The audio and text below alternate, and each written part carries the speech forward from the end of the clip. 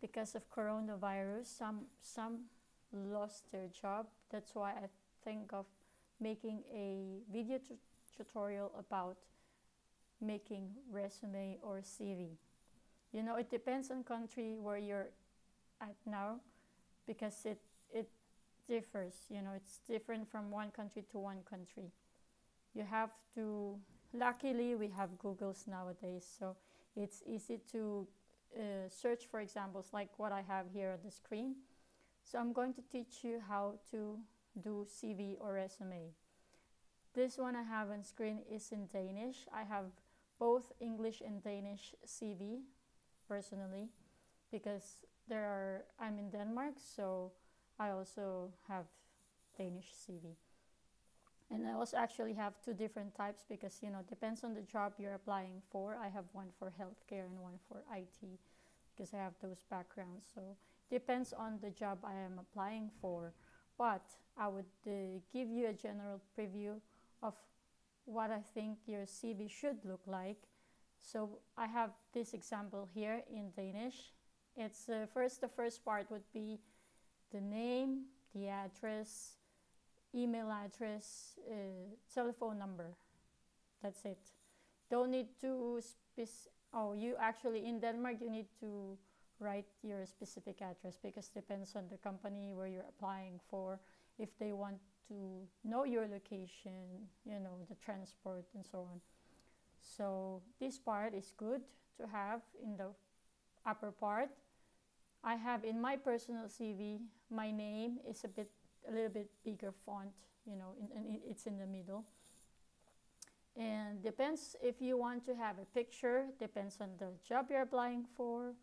If you think it would look good with picture, if you're applying for receptionist, for example, and if it's not, those kind of jobs, then like I think personally you could put picture there. If you think your job requires that you have contact to people, or you're going to represent the company, so they want to know they want to see how you look like, so it's good to have that. But it's up to you. You don't need to, but as I said, depends on the job. So this one is good. And then personal profile, normally here is like a very short cover letter about you. For example, you say you're this citizen, you have I'm married with 2 kids, for example, like that. That's your personal profile here. And erhvervserfaring is the job experience. So what I would suggest here, this is good, job experience first, because they want to know what were your experiences before. And make sure to write the first is the latest one to the oldest. Always start with the latest one to the oldest. And yes, and it depends on what job you're applying for. If you're applying for IT, for example, then your CV should look like the job you're applying for, So if you're applying for IT, emphasize your IT skills, your IT experience, and your IT background. If you're applying for healthcare, then you have to emphasize what were your experiences that is related to healthcare. And here is education and courses. I think here is educate. I think nowadays, because there's e-learning, there's courses that you could get online. So I think it would be best to separate the e-learning and the the education, the formal education where you go to school. In here, I think best would be put the formal education, like courses you have in schools, degree that you have, bachelor degree, or whatever formal education you have here. And then I'm not going to put others here,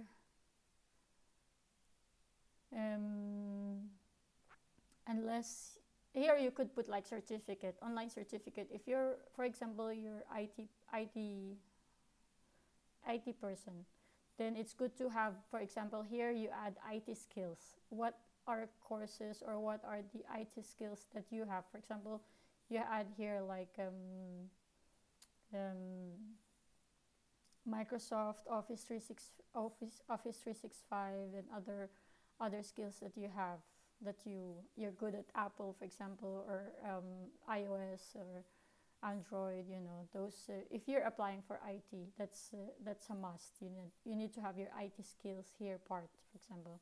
And others is, if for example, if they would require that you speak English or Danish or other languages, or if you're required to have a driver's license, then you add it here in other information. So this CV is in English, it's in Danish, and I will show you the sample of, this is just general CV sample. Always name, the basic info, and then you don't need the personal profile. If you have another separate cover letter or application letter, then you don't need to put really personal profile here. You could just go direct to job experience, and then educational background, and other skills that you have and other information that you want to add. So I'll show you some of the new or latest CV of the millennials, which I think is cool. So I just, as you can see, I'm in the internet. So this one is actually cool. This is a Danish girl who have a blog site. She have Dita blog. I think this is cool ways. The latest ways of doing CV is like you add color in it, like design. This is really good, the contact. But I would suggest to switch this one with the experience first here, and then education here, because when most companies, they would always look at what were your work experience. If you're newly graduate, if you don't have that much experience, then it makes sense to put, if you have more educational background than work experience, then this makes sense. And then this one is also good. Profile, interest, depends if you are working as a social media content marketing, for example, then this is good, to know. Reference, it's up to you if you want to add that, not necessarily. Voluntary work or frivillig arbeid, it depends. I think it depends if you're working for a public offices. I think this is good to have, because most public offices or public companies or government companies or government work, they would look into this frivillig work. Now let's go to a sample of CV English. This one I like. This is also new, latest ways of making CVs, which, as I said, there's like color and design, and then they like separate columns, which is also cool. You can see here, the first is always the contact information, and then the languages, and then here you could add extra more if you have a driver's license or anything you think that you want the company to know. In summary, this is like, the summary is the brief cover letter, application letter.